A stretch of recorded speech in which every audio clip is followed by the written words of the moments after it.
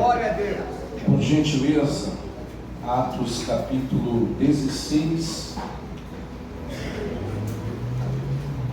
o versículo de número 27, apenas a primeira parte do versículo. Atos dos Apóstolos, capítulo de número 16, apenas a primeira parte do versículo.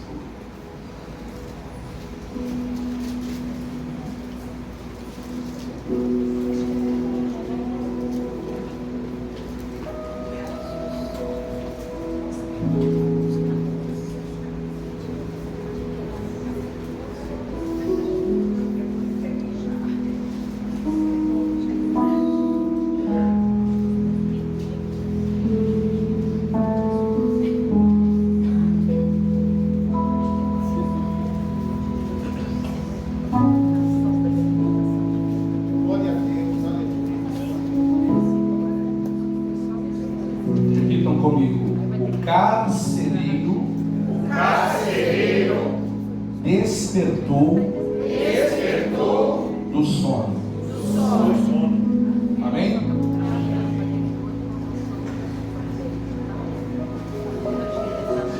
Meus irmãos, eu estava lendo esse texto bíblico que todos conhecem praticamente. Paulo, ele vem de uma caminhada missionária. Ele passa na cidade de Filipos. E naquela cidade, Deus usa ele para ganhar uma mulher por nome Lídia. A Lídia, ela não era da cidade de Filipos, ela era da cidade de Tiatira. E Paulo, nas suas andanças, se depara com Lídia.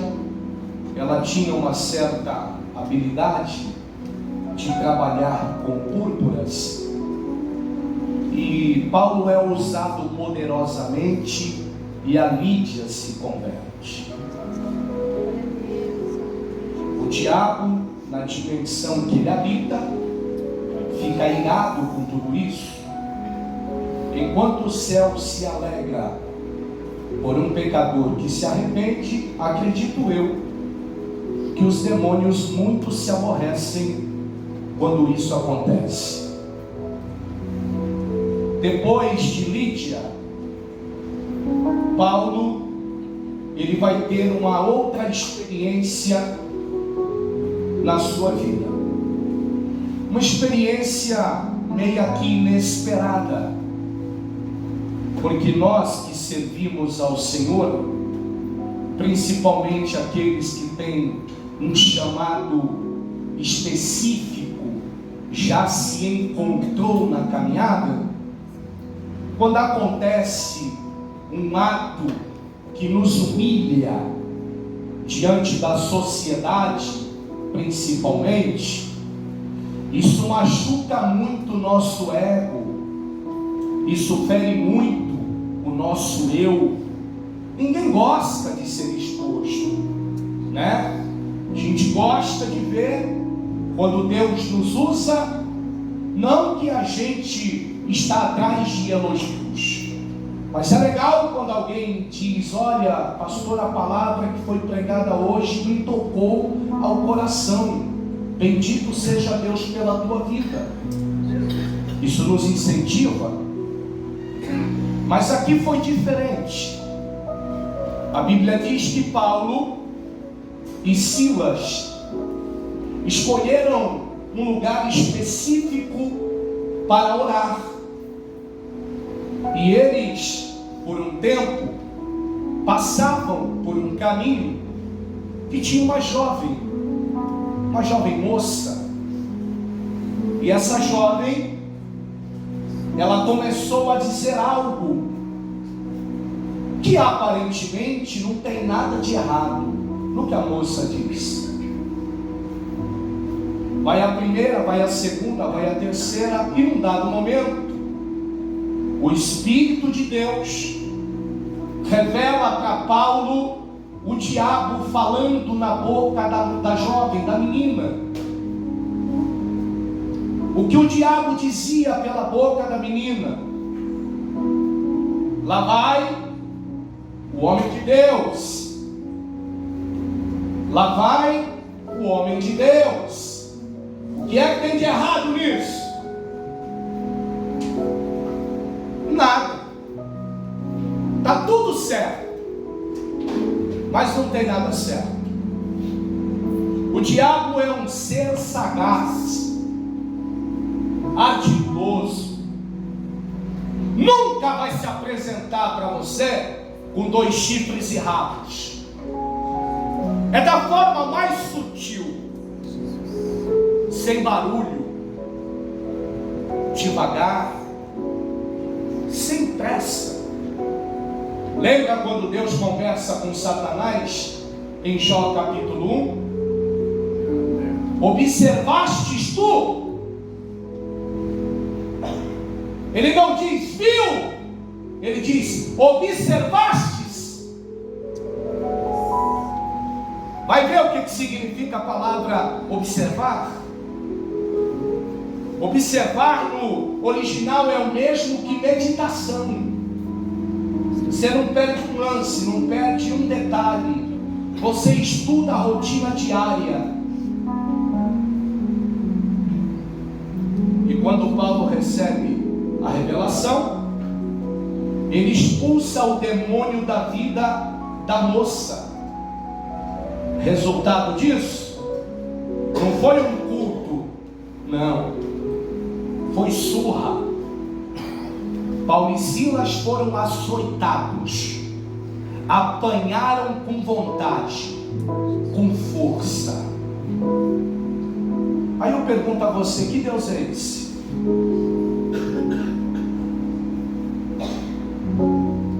Que Deus é esse? O diabo fala na boca da menina, Paulo, cheio do Espírito, expulsa, e o galardão do que se foi feito ali no momento, prisão e surra. Foram expostos. Isso não aconteceu no privado. A menina, ela tinha um espírito de adivinhação. E ela tinha uns senhores, homens, os cafetões. Tu me dá desligado, filho?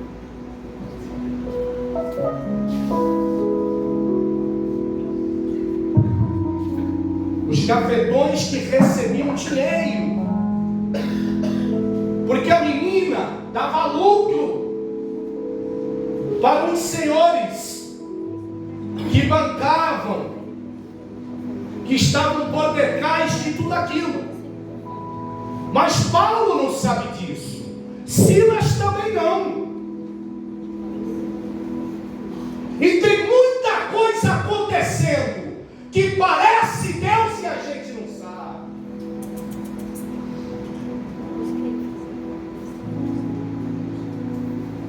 Tem muito elogio, muita fala que parece profética, parece Deus, e não é. É espírito de adivinhação, é demônio.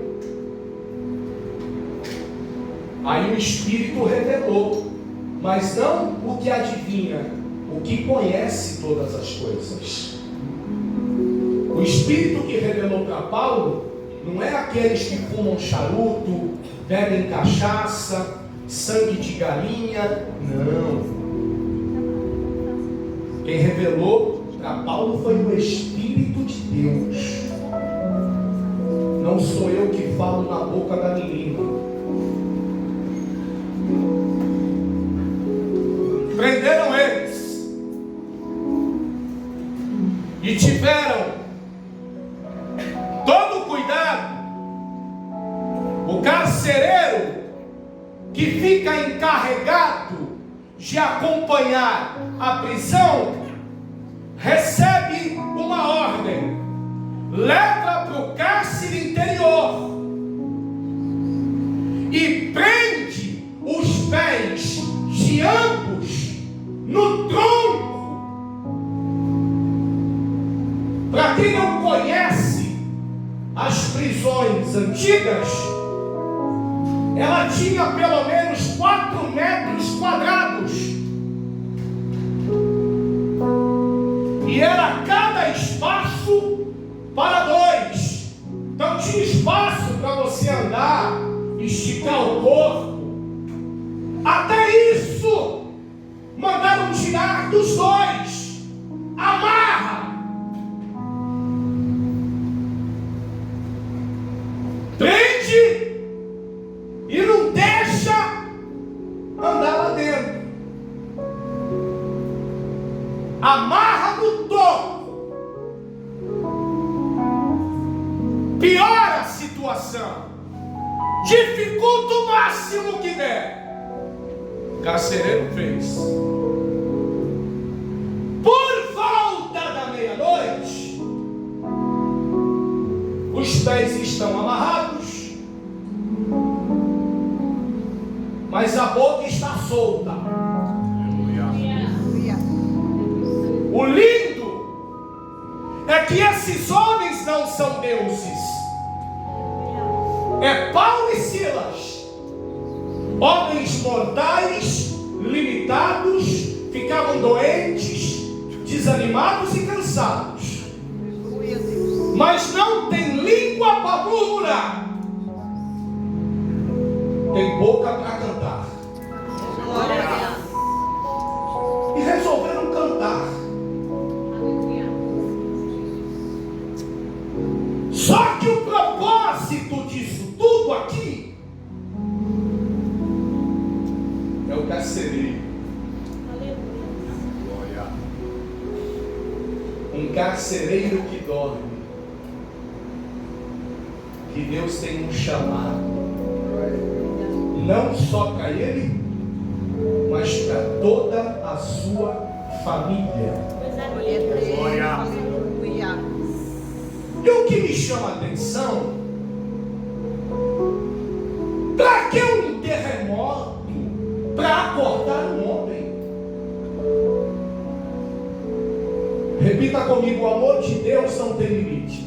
O amor de Deus não tem limites. Missionário Daniel, você fala muito no amor de Cristo. Esse texto, ele dá um parâmetro do que Deus é capaz de fazer por amor a alguém. A gente, por qualquer coisa, a gente aponta o dedo, a gente julga, a gente fala mal, a gente queima, a gente fecha a porta, a gente faz de tudo para dificultar. Aleluia. Mas ele não. Oh, glória. Aleluia.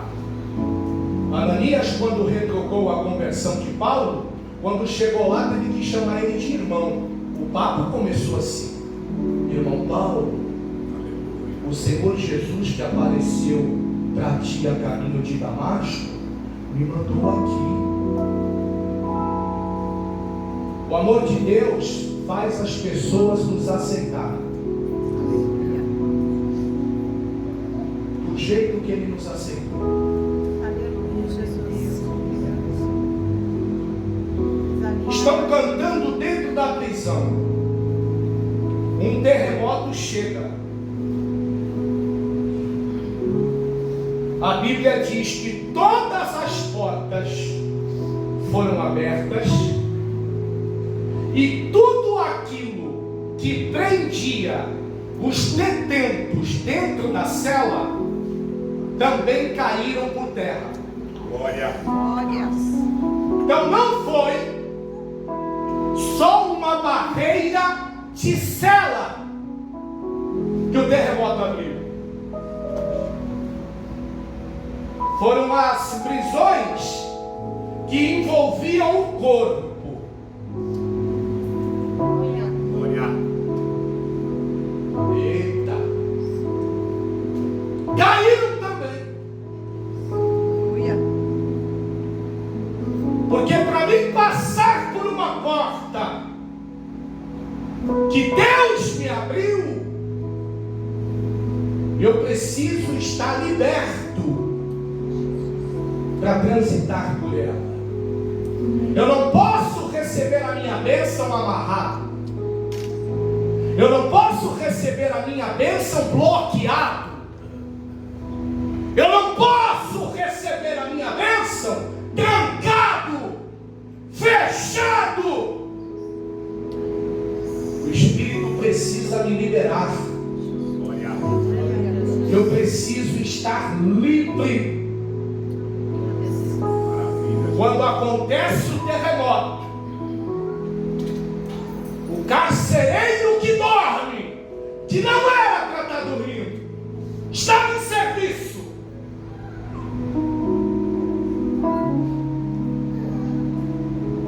Acorda. E quando acorda, o cenário é completamente diferente do cenário anterior. Antes de dormir, está tudo certo, está tudo ok, está tudo sob controle, tem nada errado.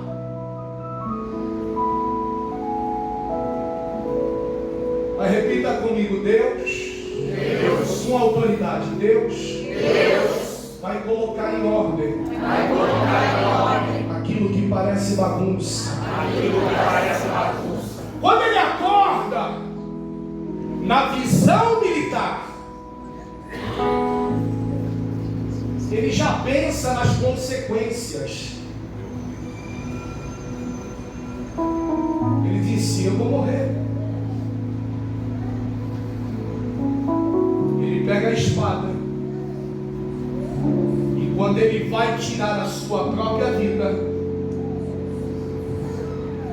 aqueles que cantavam gritam: aleluia! Ah! Não se mate! Não tire a tua vida! O que é que me chama a atenção? Não deu tempo de Paulo combinar com os outros 70 para não fugir.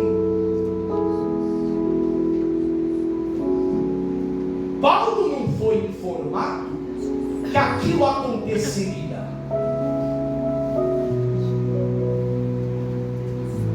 Se foi, a Bíblia não registra. Por que ninguém correu?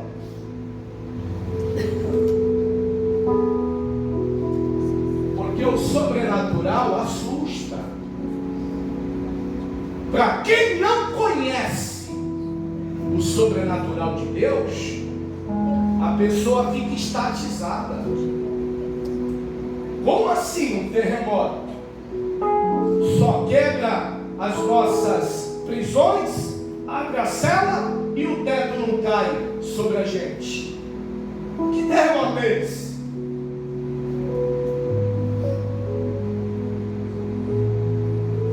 Ninguém saiu. Está todo mundo aqui dentro.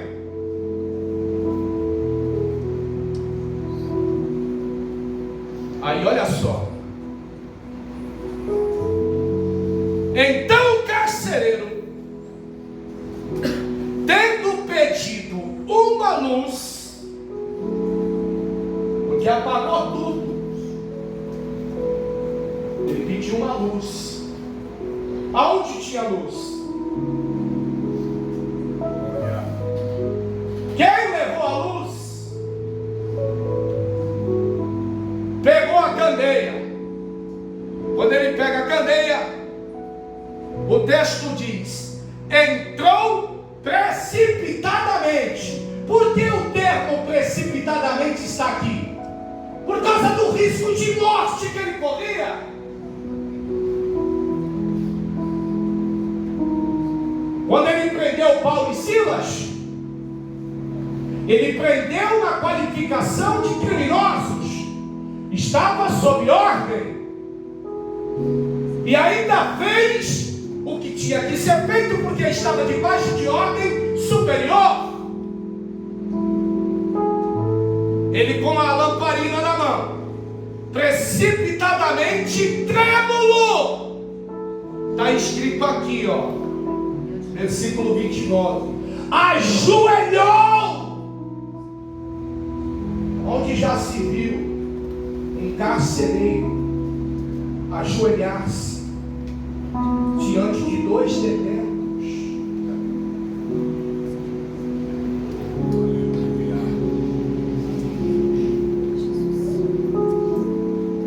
E quando ele dobra o joelho diante de Paulo e Silas, ele diz assim: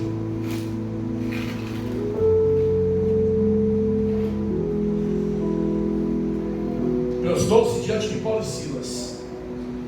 Depois, trazendo-os para fora,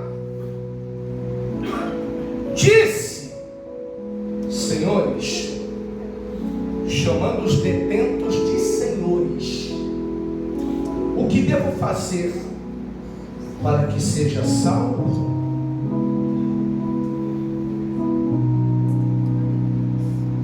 Responderam-lhe: crê no Senhor Jesus Cristo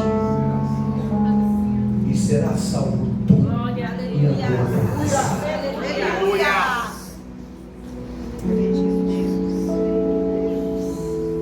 E lhe pregaram a palavra de Deus e a todos os de sua casa. Os dois aqui já estão fora da prisão. Isso está rolando na madrugada. Meia-noite deu terremoto, né? Ele vai lá com a lamparina, se prostra, tira eles para fora, pergunta como é que faz para ser salvo. A resposta vem, e aí ele vai levar os caras na casa dele. Aí os caras vão lá. Quando chega lá, naquela mesma hora da noite, pregaram a palavra de Deus a todos de sua casa. Aí olha o tratamento. Naquela mesma hora da noite, cuidando deles, o carcereiro e a família lavou-lhes os vergões dos açoites. A seguir, foi ele batizado e todos os seus. Glória. Aleluia. Aleluia.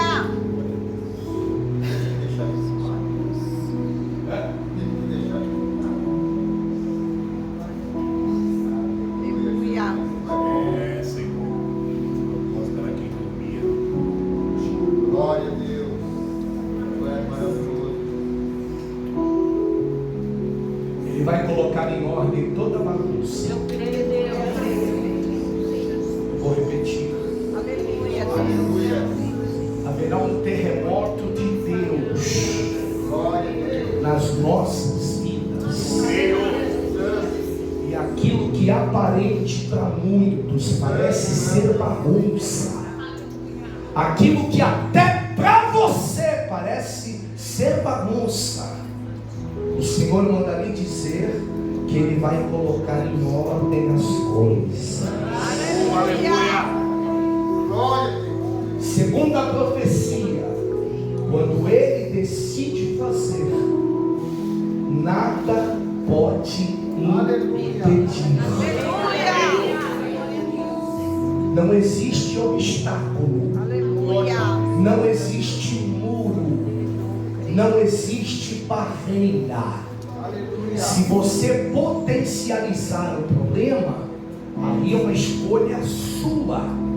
Mas a palavra está dizendo: eu vou colocar em ordem a bagunça. Porque quando Deus decide fazer, não há demônio, macumba, despacho, inveja, simpatia, não existe nada que possa aniquilar o agir de Deus para ver você e os teus na presença do Senhor. Aleluia. Glória a Deus. Agora, eu vou perguntar aqui, você responde para você. O que Deus teve que fazer para você se converter? A primeira coisa Ele fez por todos no mesmo dia, a hora, foi dar a vida na cruz do Calvário, foi verter o seu sangue precioso, foi pagar a sua dívida e a minha, tetelestai. Se ele fizesse apenas isso e parasse por aí, estava bom demais. Mas ele continua agindo e trabalhando. Nós acabamos aqui de ler um texto aonde Deus arma um grande espetáculo para dar a honra àquele carcereiro ser salvo com toda a sua família. Eu não sei como é que está a tua família, mas Deus vê o que você não vê. Deus ouve conversas que você não ouve. Deus sabe de coisas que você nem imagina. E é por isso que Ele sabe como fazer, quem pegar primeiro. Ele sabe como agir. Glória. E se prepare, porque debaixo da palavra do Senhor, eu profetizo que haverá um terremoto de Deus para colocar as coisas no lugar.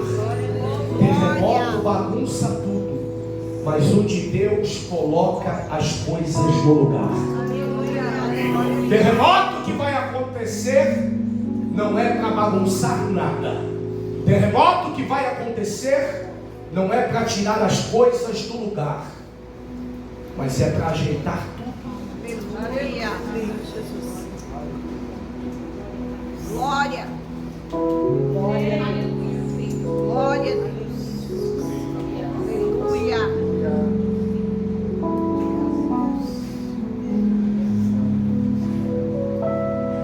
Quando amanheceu o dia, os pretorianos da guarda,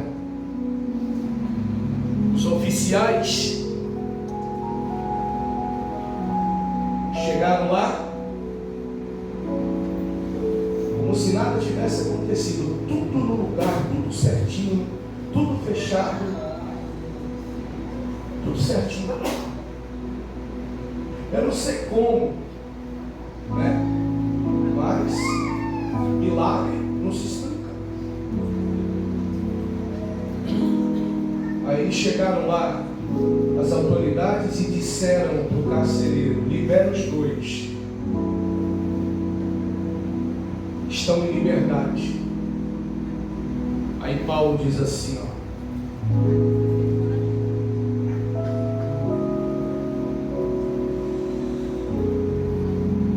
sem a gente ter feito nada, bateram na gente, açoitaram a gente publicamente, e agora quer soltar sem ninguém saber, no anonimato, no privado? Não.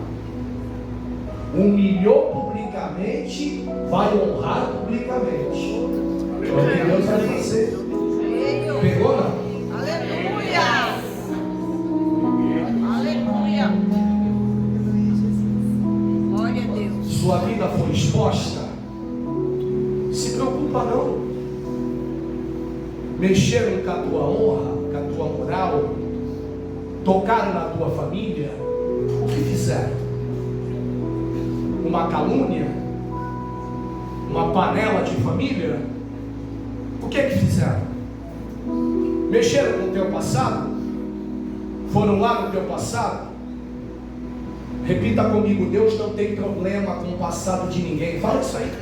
Deus não tem problema com o passado de ninguém. Se Deus tivesse problema com o nosso passado, ninguém estaria aqui. Quem tem problema com o teu passado são os homens, é o ser humano, mas Deus não.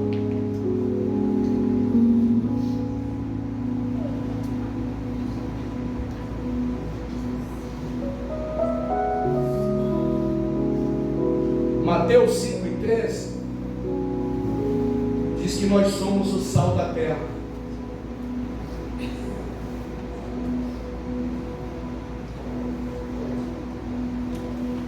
E existe uma cultura culinária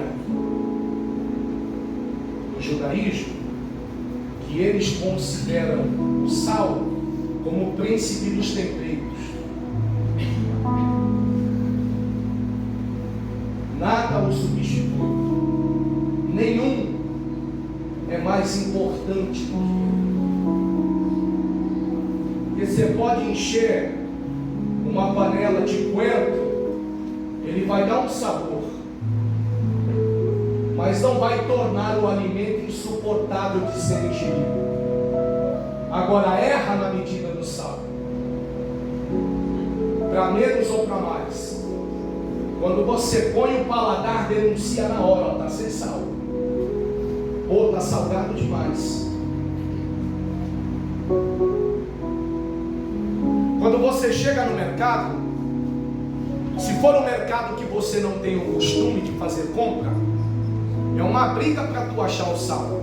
Você nunca vai chegar no mercado e vai ver lá de entrada promoção de sal. Não. Ele está sempre num canto, na prateleira de baixo. Mas todo mundo que faz compra passa lá e pega pelo menos um. Não esquece dele não, porque ele é essencial. Assim como nós somos essenciais para o mundo. Você é essencial para a tua família. Você é essencial para a tua casa. Você é o tempero de Deus nesta terra. E é por isso que Deus vai cumprir o que Ele te prometeu. Ele vai alcançar a tua casa. Ele vai alcançar a tua família. A gente não pode limitar o amor que esse Deus tem. A Bíblia não fala nada desse carcereiro, a não ser o que acontece aqui. Não fala que esse cara vira pastor, vira apóstolo, vira discípulo. Mas eu acredito que depois dessa experiência vivida, esse homem se tornou um adorador. Aleluia. Faça valer o que Deus fez por você. Aleluia. A palavra é essa, parecida com a palavra que a missionária Carol deixou. Vamos fazer valer o que ele teve que fazer, as sepulturas que ele fechou, e você nem sabe, para que você estivesse aqui vivo, porque Deus é Deus dos vivos e não dos mortos. Aleluia. E hoje você está aqui. Glória a Deus. Nesse exato momento, agora, quantas pessoas estão dando o último suspiro de vida dentro de uma UTI? Quantas famílias agora estão recebendo a notícia do médico saindo do centro cirúrgico e dizendo: tentamos de tudo, mas não deu? Quantas mães agora estão chorando de joelhos dobrados, porque o filho saiu, já está 3, 4 dias fora de casa e ninguém sabe onde está? Quantas pessoas foram diagnosticadas de enfermidades, que a missionária que está aqui, que é um testemunho de milagre, foram diagnosticadas de câncer, foram desenganadas pela medicina e estão tomando remédios numa condição de paciente paliativo para dar um conforto até que a morte chegue. Quantas pessoas queriam poder andar e não podem, comer e não podem? Quantas pessoas estão com câncer na garganta e nem água conseguem beber, a não ser por sonda? Eu trabalhei dentro de hospital junto com a minha mulher, e cada dia que eu saía daquele lugar, eu agradecia a Deus. Salomão diz que o coração do sábio habita na casa onde há luto, porque ali aí se vê o fim de todo homem. Você para, tua mente começa, meu Deus, eu preciso ser mais grato a Ti. E olha você. Aleluia.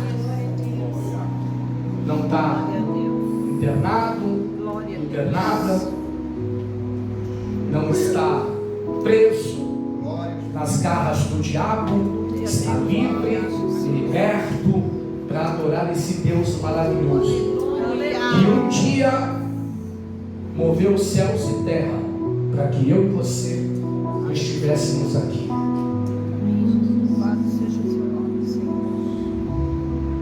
Eu pergunto nesta noite: você tem algum amigo que teria coragem de dar a vida para morrer no teu lugar? Você tem alguma amiga que teria coragem de dar a vida para morrer em seu lugar?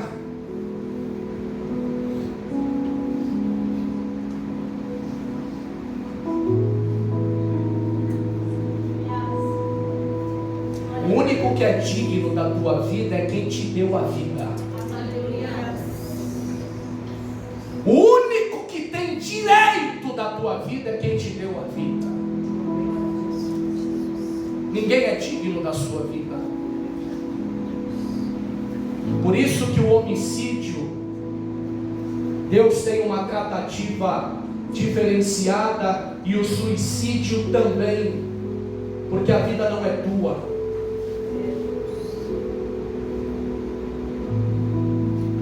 Deus não mata ninguém, quem mata são os homens. Por que Deus não mata ninguém? Porque a vida é dele.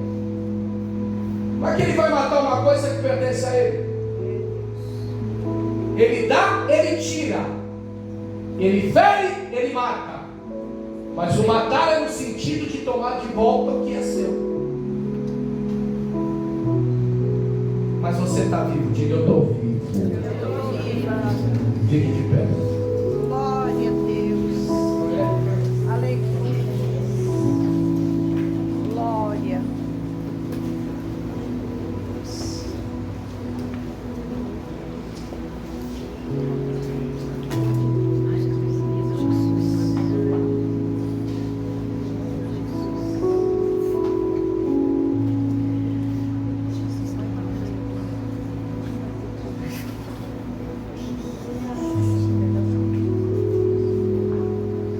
Sal, se ele for insípido, a palavra insípido no grego é sem gosto, sem utilidade. Aí Jesus no texto diz: o sal insípido não serve para nada, a não ser para ser pisado pelos homens. O que eles faziam antigamente? Eles jogavam o sal insípido na porta do templo, para o povo não escorregar. Então todo mundo pisava em cima do sal que não tinha gosto.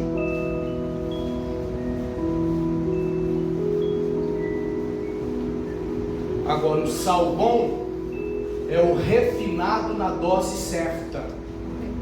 Porque o ato de refinar, ele tem a finalidade de tirar as impurezas do sal e deixar ele puro. Só que o processo da refinação, ele não pode ser demasiado, senão ele compromete as propriedades do sal e torna ele insípido. Por isso que a Bíblia nos orienta e diz: não sejais demasiadamente santo. Aleluia. E tem gente que quer ser mais santo do que o próprio Deus. Eu sou homem de monte, eu sou homem de oração, eu não peco mais. Só falta a auréola e as asinhas. Querubim. Eclesiastes 7,16 que diz isso: não sejais demasiadamente santo.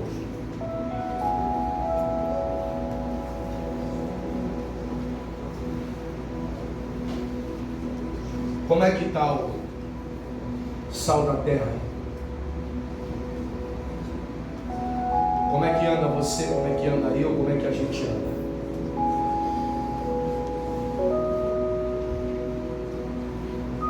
Tem momentos que a gente tem que levar uma surra para fazer alguém sorrir, para ver uma família se converter. Quem está lá, Tite? Se o juízo começa pela casa de Deus, então a gente tem que estar bem aqui para a gente poder levar para fora. Senão, a gente não aguenta. Nossa, fui fazer uma visita, o povo lá não aceitou a palavra, saí de lá humilhada. Não vou mais para a igreja. Mas nem apanhou. Não tomou nenhuma surra. Aí fulano de tal falou assim comigo. Nossa, eu fiquei tão magoada, tão chateada. Olha, eu não consigo nem mais orar. Eu aceito de Jesus. Fala para mim.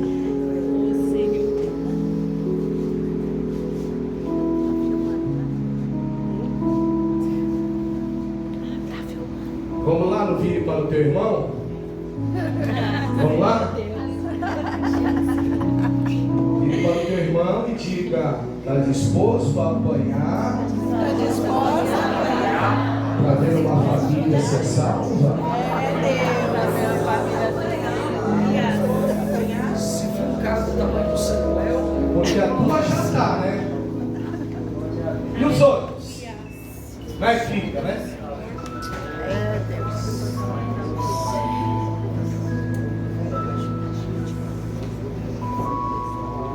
Quantas pessoas eu tenho aqui hoje que estão afastadas dos caminhos do Senhor? Levanta a mão que eu quero conhecer. Uma, pode baixar. Duas. Está firme, Elisa? Não? Como é seu nome? É Ana? Andrea.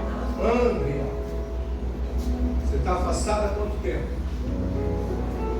Um ano? Está na rocha, Guilherme? Tá na rocha então. Tá. O senhor é o que dele? Mãe. Maravilha. E você, Elisa, afastada há quanto tempo, mais ou menos? Bom? Desde 2018. Legal. Eu falo legal porque é legal e eu vou explicar porque é legal. E você, quanto tempo? 14. Show de bola. Aqui não é nem legal, é show de bola. Só as três, só? Você, né? Rapaz, você tem que fazer os limões aqui, cheio de Espírito Santo. Eu vou fazer duas perguntas. As perguntas básicas que são fáceis de responder. Perguntar para você primeiro. É uma decisão inteligente afastar-se dos caminhos do Senhor? Não. Denise, é uma decisão inteligente afastar-se dos caminhos do Senhor? Não. A senhora? Não. Desculpa chamar de senhora, que é pelo respeito, tá? Você acha uma decisão inteligente afastar? Depende do quê?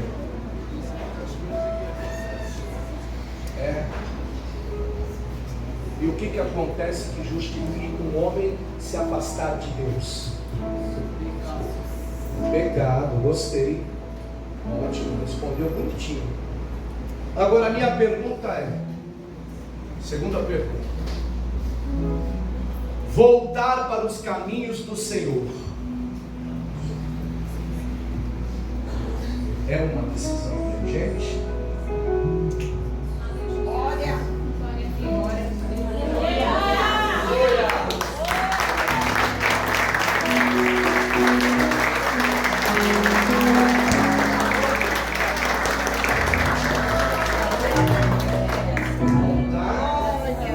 Para os caminhos do Senhor. É só uma pergunta. É uma decisão inteligente? Sim? Para quem está preparado?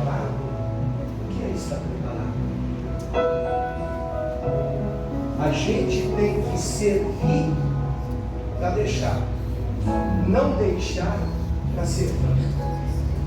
Funciona assim o reino. Carcereiro não estava preparado. Eu, dentro de um quarto com 2 armas para fazer um assalto, você acha que eu estava preparado? Ele foi lá. Você, quando nasceu, foi apresentado. Não foi, né? Você é dele. Você está preparada desde quando você estava sendo gerada no ventre da mamãe. O desejo vai voltar, a vontade vai voltar, o amor vai acender quando a gente dá o passo. Assim funciona. Eu não consigo me auto-preparar. Não, eu vou me preparar. Não, isso não é da gente, Elisa. Isso é Ele. É Ele. O amor que Ele tem por você não te cobra preparo. Ele diz: vem do jeito que tu tá. Não interessa o que aconteceu, não interessa a mágoa que você ficou, o que fizeram, o que te levou a isso. Eu não quero saber. Eu estou aqui, ó. Eu dei a vida por você, você é minha. O dia que você foi apresentada, esse dia ficou marcado na eternidade. Aleluia, Jesus. Vamos. Aleluia. Dá licença aí, ô dona Leite. Ô glória! Quebra, tá certo.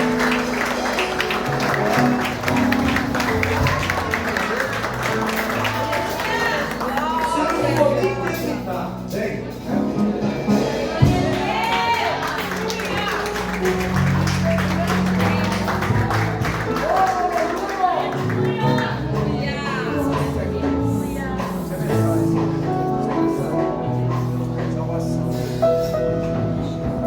Aleluia! Ó.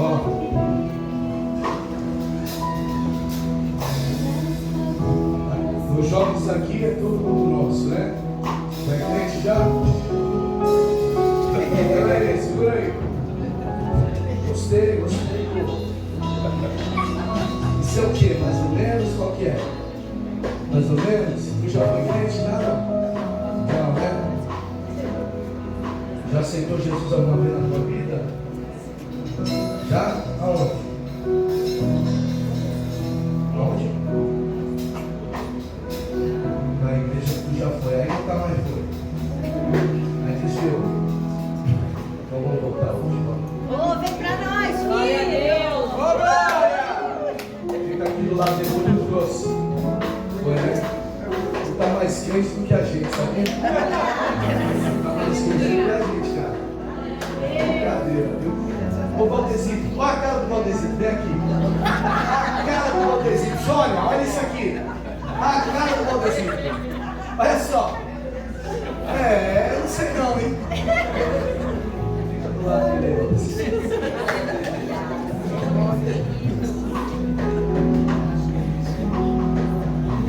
Elisa, um passo de cada vez. Passo do gado. Tu não precisa provar nada para ninguém. Para ninguém. O teu negócio com Deus, ele tem que ser além de um espaço de 4 paredes. É no teu dia a dia. Aquela Elisa que Deus chamou. Aquela Elisa que Deus tem algo para fazer através dela. E nada, e ninguém, e circunstâncias nenhuma vai impedir que isso aconteça na tua vida. Eu vejo você uma mulher próspera, abençoada como Ruth. Vai passar alguns processos, mas Deus vai colocar o Boaz. Eu estou todo arrepiado. Aleluia. Ô glória. Deus vai preparar tudo, Elisa. Tudo Ele vai preparar. Tudo. Tu tem que fazer tua parte. Seja fiel. Não queira, não se preocupe com o que vão dizer, com o que vão falar, principalmente da família. Não se preocupe. Não se preocupe. Seja fiel ao Senhor. Deus, Ele vai fazer. Neide, tu vai chorar muito de alegria. Tu vai chorar muito de alegria pelo que Deus vai fazer na vida dessa moça, na área social, profissional. Você vai ver o que Deus vai fazer. Você vai ver. Eu vejo ela muito bem sucedida nessa terra, em todas as áreas. Por isso que a luta é grande. Por isso que a luta é grande. Porque o derrotado, ele sabe o que Deus, não o que ele não sabe de nada, né? Mas o reino espiritual se movimenta e ele vê. Deus te guardando, o amor de Deus por ti não tem noção. Por que eu falo que quando a gente se afasta, a gente tem que ter a leitura positiva disso? A gente volta com outra cabeça, com outra visão, com outra maturidade. Aquilo que nos fez, de repente, desanimar, desistir, aquilo que desencorajou, agora a gente criou imunidade. Então a gente vem mais forte, porque a profecia, ela diz, não é a minha, é a Bíblia, que a glória da segunda casa será maior do que a glória da primeira casa. Aleluia! Boa, é isso aí. Amém? Tomou posse? É isso aí. A igreja estenda as mãos e vamos orar.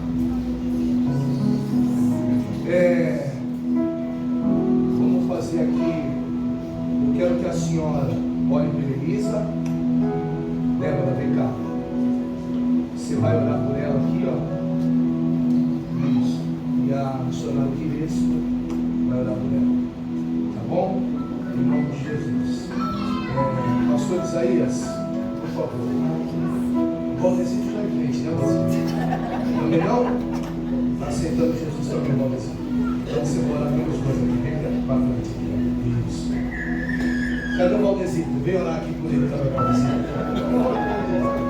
Valdecito. É tu mais velho. É tu mais velho. Deus faz assim, ó. Deus te trouxe aqui até para conhecer teu sócio. Mais velho.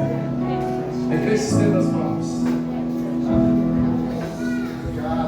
Só o fundo, tá?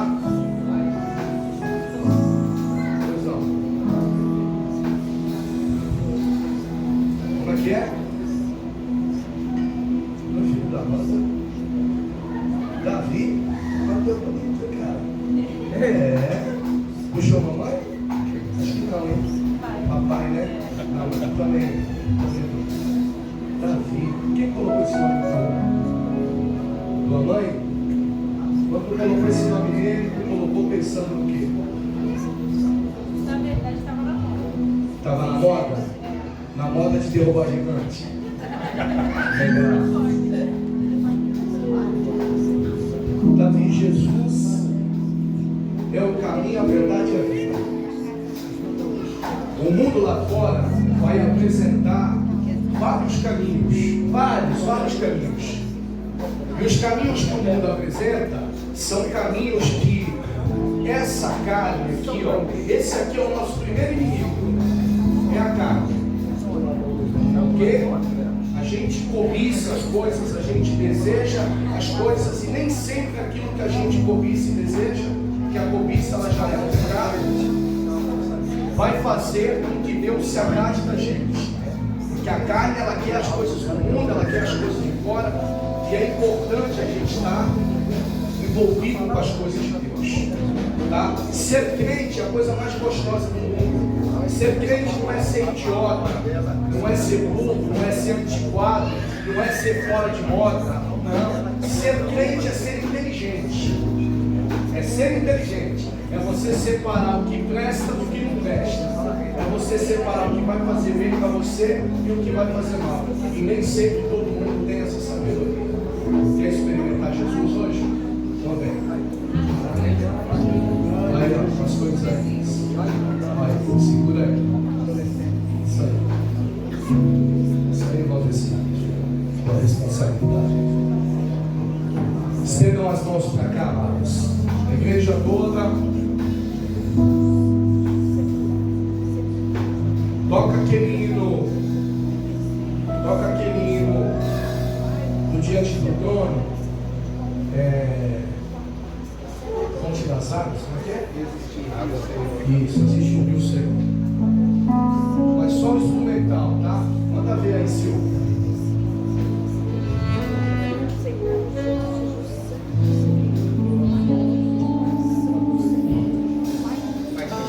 Vai.